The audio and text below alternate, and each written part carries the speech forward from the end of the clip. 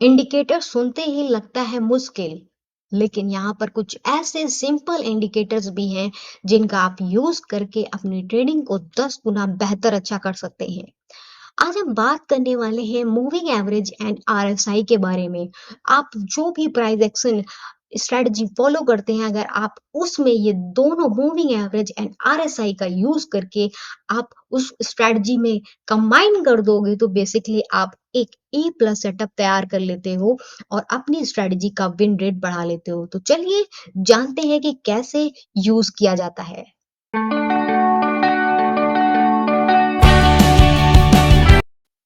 Moving average एक ऐसा indicator है जो प्राइस का एवरेज दिखाता है over a period of a time.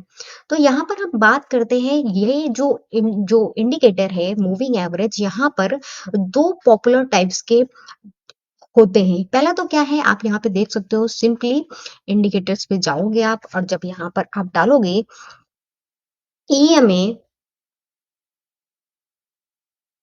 आप देख रहे हो ये सबसे जो पहला आ रहा है मूविंग एवरेज एक्सपोनेंशियल। आप इस पे क्लिक करोगे एंड आपका मूविंग एवरेज यहाँ पर खुल जाएगा। ठीक है, तो ये खुल जाएगा, 9 लिख के आ रहा होगा, आप उसको 9, 20, 50, 100 जो भी आप करना चाहें आप उसको कर सकते हैं। ये ईएमए होता है और एक होता है एसएमए।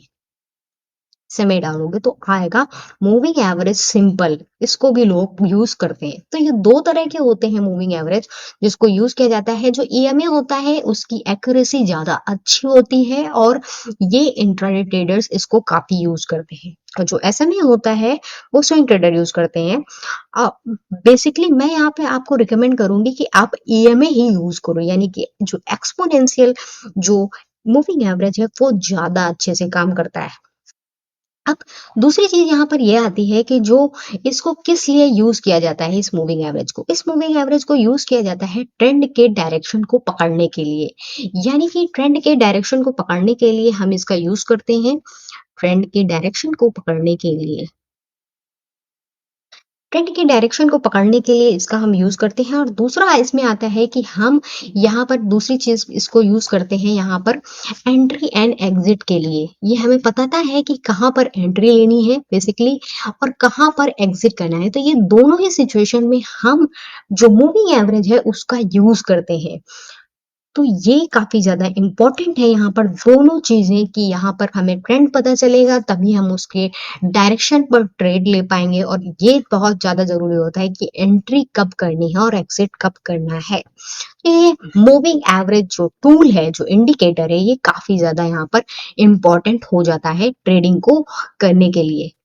अब हम बात करते हैं कि ट्रेंड को पता कैसे लगाया जाए। जैसे कि यहाँ पर देख रहे हो, मैंने आपके लिए यहाँ से ऑलरेडी साइन बना कर रखा हुआ है कि जो प्राइस जो है ये मूविंग एवरेज से जब ऊपर की तरफ निकलता है तो यहाँ पर जो इसका मोमेंटम है हम यहाँ पे पता लगा सकते हैं कि ये अब बुलिश हो गया है।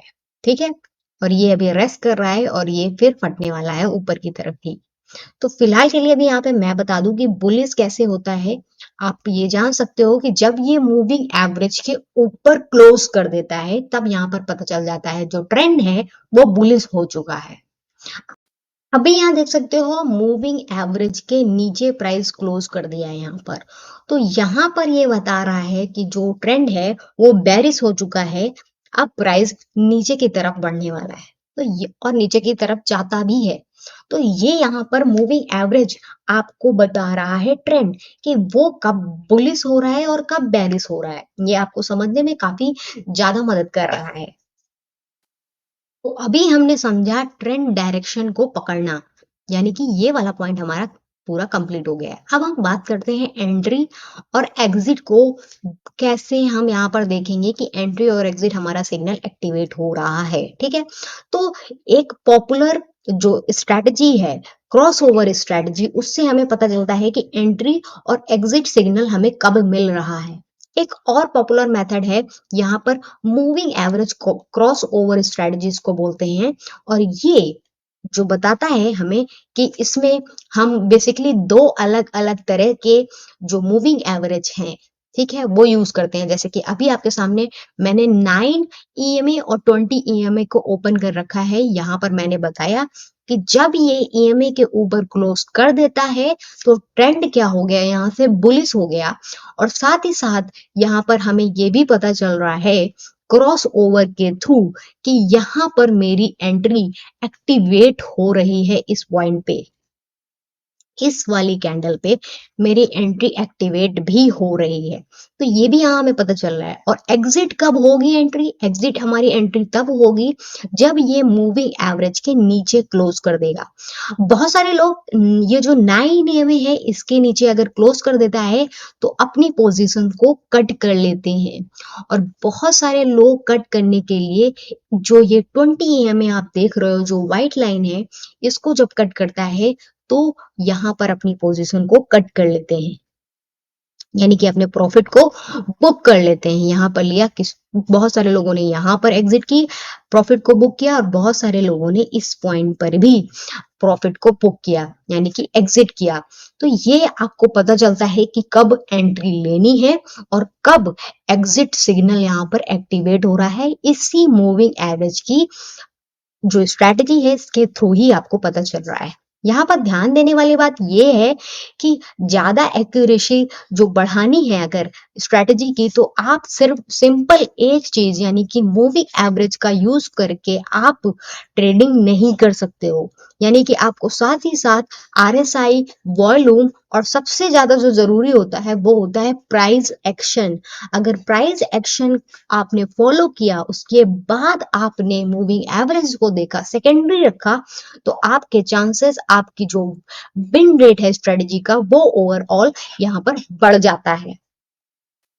अब हम बात करते हैं सबसे इंपॉर्टेंट पॉइंट की तरफ बढ़ते हैं सपोर्ट एंड रेजिस्टेंस। ये कैसे पता किया जाता है वो भी मूविंग एवरेज में बिल्कुल पता किया जा सकता है और ये जो सपोर्ट रेजिस्टेंस जो मूविंग एवरेज बनाता है ना इसको डायनेमिक सपोर्ट एंड रेजिस्टेंस कहते हैं। तो ये किस तरह से दिखता है और कैसे काम करता है चलिए बात करते हैं।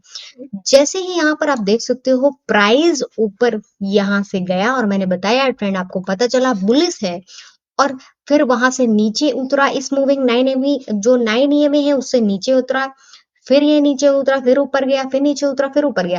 तो यहाँ पर पूरा ओवरऑल दिखा रहा है कि जो सपोर्ट है मूविंग एवरेज का मूविंग एवरेज का जो सपोर्ट है वो इस वाले पॉइंट पर है क्योंकि अब यहाँ पर ऊपर क्लोज कर दिया है। यहाँ पर ये कैंडल बन चुकी है डेली में तो अभी मेरे को यहाँ पे दिख रहा है जो सपोर्ट है वो इस वाले पॉइंट में है और आप यहाँ पे सिंपली सपोर्ट को मूविंग एवरेज का जो डायनेमिक सपोर्ट है उसको ऐसे करके मार्क कर सकते हो।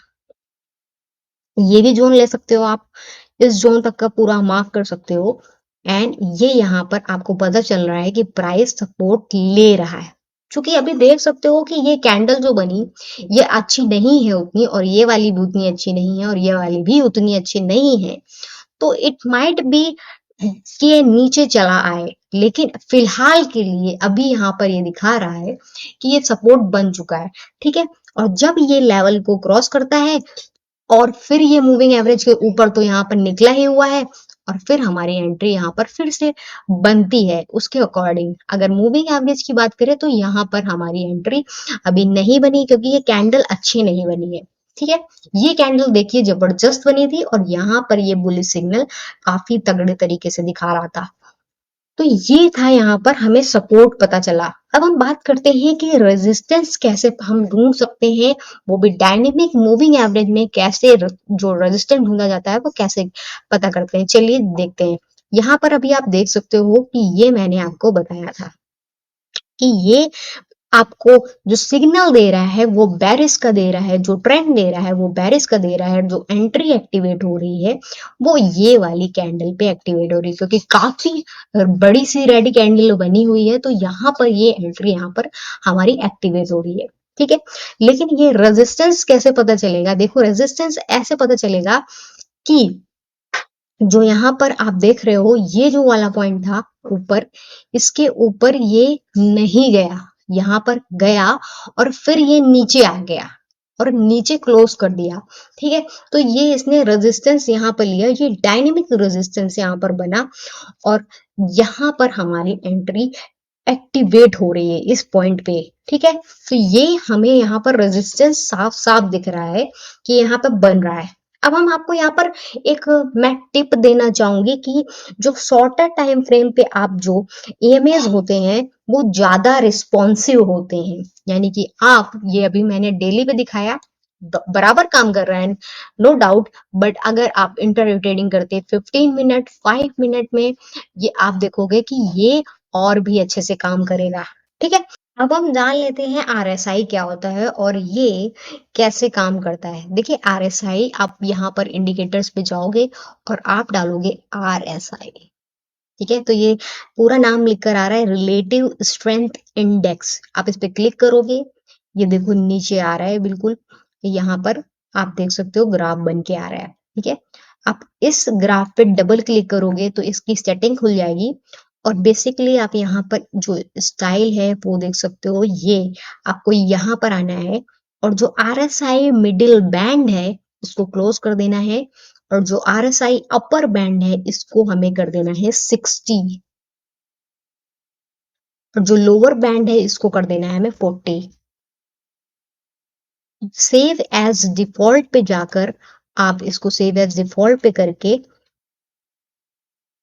सेव कर दोगे, ओके कर दोगे, ठीक है। तो यहाँ पर सेटिंग ये पूरी कंफर्म हो गई। साथ ही साथ मैं आपको यहाँ पे ये बता दूं कि ये जो येलो लाइन आ रही है, अगर आप इसका कोई फिलहाल के लिए मतलब नहीं है, आप इसको भी हटा सकते हो, ठीक है। तो जो येलो लाइन है आरएसआई बेस्ड एमए, आप इसको हटा सकते हो और ये और भी ज्यादा क्लियर दिख रहा है अभी, ठीक है। तो अब देखो यहाँ पर मैंने आपको बताया कि जो आरएसआई होता है, यहाँ पर अभी मैं बता रही हूँ, जो आरएसआई होता है जब ये 60 के ऊपर जाता है तो हम बोलते हैं कि ओवर बॉट हो गया, यानी कि ज्यादा बिकवाली हो चुकी है एक्स्ट्रा ऑलरेडी, ठीक है। और जब ये 40 के नीचे होता है तो हम बोलते हैं कि ये ओवर सोल्ड हो चुका है। तो ओवर बॉट ये एरिया होता है, ऊपर वाला ओवर बॉट और नीचे वाला एरिया होता है ओवर सोल्ड, ठीक है। तो अब यहाँ पर ये काम कैसे करता है इस पे जान लेते हैं। देखिए ये यहाँ पर कैंडल ने बुलिश मोमेंटम दिखाया, साथ ही साथ कैंडल भी अच्छी है, और जो मूविंग एवरेज है उन दोनों के ऊपर ये आया है। अब यहाँ पर मुझे दिख रहा है कि ये 60 के ऊपर भी निकला हुआ है। तो ये जब 60 के ऊपर निकलता है ना, तो मोमेंटम क्या होता है, तेज बढ़ जाता है। जैसे बेसिकली आप ये समझ लो कि जब कोई ट्रेन होती है, ट्रेन में जब रुकना होता है उसका ब्रेक बहुत पहले से लगता है, ठीक है। उसका ब्रेक बहुत पहले लग जाता है, लेकिन वो फिर भी धीमे धीमे धीमे धीमे आगे बढ़ती रहती है। क्यों बढ़ती रहती है? क्योंकि उसकी स्पीड जो होती है वो बहुत तेज होती है, इसलिए। तो यहाँ पर भी सिचुएशन कुछ ऐसी है कि यहाँ पर ये ओवरबॉट जब आता है और इस तरह का सिग्नल, इस तरह का प्राइस एक्शन के साथ मूविंग एवरेज भी हमारा सब सही दिख रहा है। अब यहाँ पे हमें देखना है आरएसआई क्या दिखा रहा है। आरएसआई भी हमें अगर 60 के ऊपर दिखा रहा है, ओवर बॉट के जोन में आ रहा है, तो हमें यहाँ पर सिग्नल मिल रहा है एक स्ट्रॉन्ग बाई का हमें यहाँ पर सिग्नल मिल रहा है, क्योंकि यहाँ पर सब कुछ मेरे फेवर में है। तो यहाँ पर जो ट्रेड हमारा ये दिख रहा है ना, ये जो सेटअप हमारा बन रहा है, इस सेटअप को बोलेंगे कि हमारा ये सेटअप ए प्लस सेटअप है। ए प्लस सेटअप हमारा यहाँ पे हमने अपने लिए तैयार कर लिया है। क्यों? पहली चीज तो यहाँ पर प्राइस एक्शन बता रहा है, दूसरी चीज हमें बता रहा है मूविंग एवरेज, तीसरी चीज हमें बता रहा है कि वो जो ट्रेंड है वो बुलिश है और सपोर्ट लेके ऊपर जा रहा है, और साथ ही साथ हमें आरएसआई भी अब दिखा रहा है। तो ये ए प्लस सेटअप हमने यहाँ। अब हम सेलिंग की तरफ भी देख लें ताकि हमें दोनों चीजें अच्छे से समझ में आए, बाइंग में कैसा दिखता है और सेलिंग में कैसा दिखता है। सेलिंग में मैंने आपको अभी यहाँ पर दिखाया कि ये जो डायनेमिक रेजिस्टेंस बन रहा है, फिर उसके बाद मूविंग एवरेज के नीचे आया, मुझे यहाँ पर लग रहा है, बिल्कुल दिख रहा है, लग क्या रहा है, बिल्कुल दिख ही रहा है कि इसने ये रेजिस्टेंस ले लिया है। और हमने यहाँ पर एंट्री लेने से पहले एक और कंफर्मेशन लेने का सोचा, और वो हमने सोचा आरएसआई का कंफर्मेशन ले लेते हैं। तो अब यहाँ पर आरएसआई हमें क्या दिखा रहा है? आरएसआई ये वाले कैंडल पे हमें दिखा रहा है कि अभी ऊपर है। भले उसने कैंडल बड़ी बनाई है, लेकिन आरएसआई यहाँ पर अभी 44 है। हमें चाहिए, नीचे चाहिए। ठीक है? तो जब ये वाली कैंडल बनती है और इस पे हमें ज़रूर दिखा रहा है कि ये जो है एरिया, ये वाली कैंडल पे भी ऊपर है, यहाँ पर भी ऊपर दिखा रहा है, तो अभी हमने यहाँ पर भी एंट्री नहीं ली। ठीक है? जब मुझे नीचे दिखाएगा, ये जैसे कि मुझे नीचे दिखाया है, यहाँ पर एक सेलिंग बन रही है, तो इसको शिफ्ट कर देते हैं ये सर्कल को और आसानी से समझने के लिए। ये वाला जो सर्कल है नया बना लेते हैं कि ये जो सर्कल है इस पे यहाँ पर हमें एंट्री दिख रही है। ठीक है? क्योंकि अगर हमें तीनों कंफर्मेशन चाहिए तो हमें यहाँ पर ये चाहिए ही होगा। ठीक है? तो ये एक कंफर्मेशन हमारा यहाँ पर बन जाता है। कि ये वाली कैंडल, क्योंकि ये कैंडल क्यों चूज करी, क्योंकि ये हमें अपना पहला तो हमें यहाँ पर पॉइंट हमें रेजिस्टेंस दिखा रहा है, दूसरा हमें ईएमए के नीचे दिखा रहा है, फिर तीसरा पॉइंट हमने देखना है कि आरएसआई भी क्या हमें 40 के नीचे दिखा रहा है या ओवरसोल्ड हुआ है कि नहीं हुआ है। तो जब वो ओवरसोल्ड होने वाला है, जिस कैंडल पे दिखा रहा है उसी कैंडल पे हमने एंट्री ले ली, ताकि मेरा जो सेटअप बने वो ए प्लस बने, उसकी प्रोबेबिलिटी जो हमें टारगेट देने की है वो हाई हो जाए। तो इसलिए हमने ये वाली कैंडल पे एंट्री लेना ज्यादा सेफर समझा।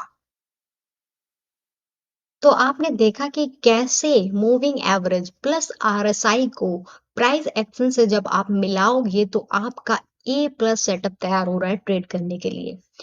मैं यहाँ पे आपसे ज़रूर कहूँगी कि आप ट्रेडिंग व्यू में जाइए और शॉर्टर टाइम फ्रेम में जाइए, 5 या 15 मिनट के टाइम फ्रेम में, 15 मिनट बेस्ट है। 15 मिनट के टाइम फ्रेम में जाइए या 5 मिनट में भी जा सकते हैं आप। आप देखिए उसमें कि आपको प्राइस एक्शन के साथ जब ये मूविंग एवरेज का सिनेरियो प्लस जो मैंने आरएसआई बताया, वो सब कंबाइन हो रहा है, वहाँ पर जब एंट्री बन रही है, तो कितनी ज़्यादा हमें एंट्री मिल रही है और कितनी ज़्यादा हमारी एंट्री वो सही हो रही है। तो आपको ये जो पूरा मैंने बताया ये आप बैक टेस्ट ज़रूर करिए, उसके बाद ही ट्रेड करिए। बैक टेस्ट करना इसलिए ज़रूरी हो जाता है क्योंकि एक तो आपको पता चलेगा कि जो स्ट्रैटेजी है वो उसका विन रेट कितना अच्छा है। वो अच्छे से काम करती है या नहीं। तो बैक टेस्ट आप पिछले 1 डेढ़ साल का कम से कम इस स्ट्रैटेजी पे कीजिए और साथ ही साथ आप यहाँ पर ये ध्यान रखिए कि जब आप बैक टेस्ट करेंगे और उसके बाद आप जब ट्रेड लेंगे, जो वो आपका जो वो कॉन्फिडेंस क्रिएट होगा ना, जो आपका कॉन्फिडेंस बूस्ट होगा, वो आपको काफ़ी ज़्यादा हेल्प करेगा, आपकी ट्रेडिंग जर्नी को प्रॉफिटेबल जर्नी में बनाने बदलने में बेसिकली। तो यहाँ पर ये पॉइंट आपको ज़रूर ध्यान देना है। साथ ही साथ अगर आपको ये वीडियो इन्फॉर्मेटिव लगा, आपको यूज़फुल लगा, तो चैनल को सब्सक्राइब ज़रूर कर दीजिए, वीडियो को लाइक कर दीजिए और लोगों